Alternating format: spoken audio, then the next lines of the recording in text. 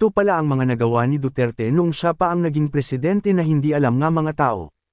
Maraming galit ni Duterte noon pero hindi nila alam kung ano na ang nagawa ng Duterte ngayon. Galit kayo sa akin dahil ginawa kong 10 years ang passport. Galit kayo sa akin dahil ginawa kong 10 years ang Siemens book. Galit kayo sa akin dahil ginawa kong 5 years ang driver's license. Galit kayo sa akin dahil ginawa kong libre na ang tuition fee sa public school. Galit kayo sa akin dahil nadagdagan ang sweldo ng militar at pulis. Galit kayo sa akin dahil binigyan ko ng pagkilala bilang mga bayani ang SAF-44 na nasawi sa panahong unang administrasyon na kinalimutan lamang.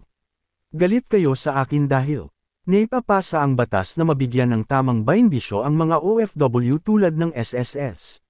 Galit kayo sa akin dahil naipasa ang batas dagdag pensyon sa SSS. Galit kayo sa akin dahil naipasa ang batas na mabigyan ng suporta ang mga senior citizen na walang SSS pension.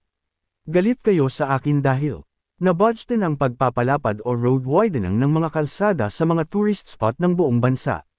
Galit kayo sa akin dahil mabilis ang aksyon pabahay sa Marawi na itinago ng media. Galit kayo sa akin dahil naipatay yung gym na world class sa Clark kung saan lahat ng manlalaro ng bansang Pilipinas ay hindi na kailangang dumayo pa sa ibang bansa. Galit kayo sa akin dahil nakapagpa-surrender ako ng mga drug addict na ang bilang ay 1,304,775 na sa Pilipinas lamang nangyari sa buong mundo. Galit kayo sa akin dahil nilagdaan ko agad ang freedom of information sa pag-upo ko. Galit kayo sa akin dahil naipamahagi ko ang ilang lupain sa Hacienda Luisita. Galit kayo sa akin dahil nabawasan ang mga drugs addict. Galit kayo sa akin dahil nalaman ng taong bayan ang bias media, ABS-CBN. Galit kayo sa akin dahil marami akong proyekto at hindi kayo makakakurakot. Galit kayo sa akin dahil lumanas na ang Ilog Pasig. Galit kayo sa akin dahil lumanas na ang Manila Bay.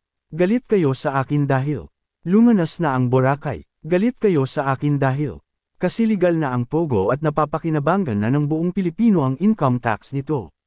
Galit kayo sa akin dahil hindi na kayo nagbabayad ng 11B ng Manila Water at Maynilan. Sige magalit lang kayo dyan, pero yan ang katotohanan.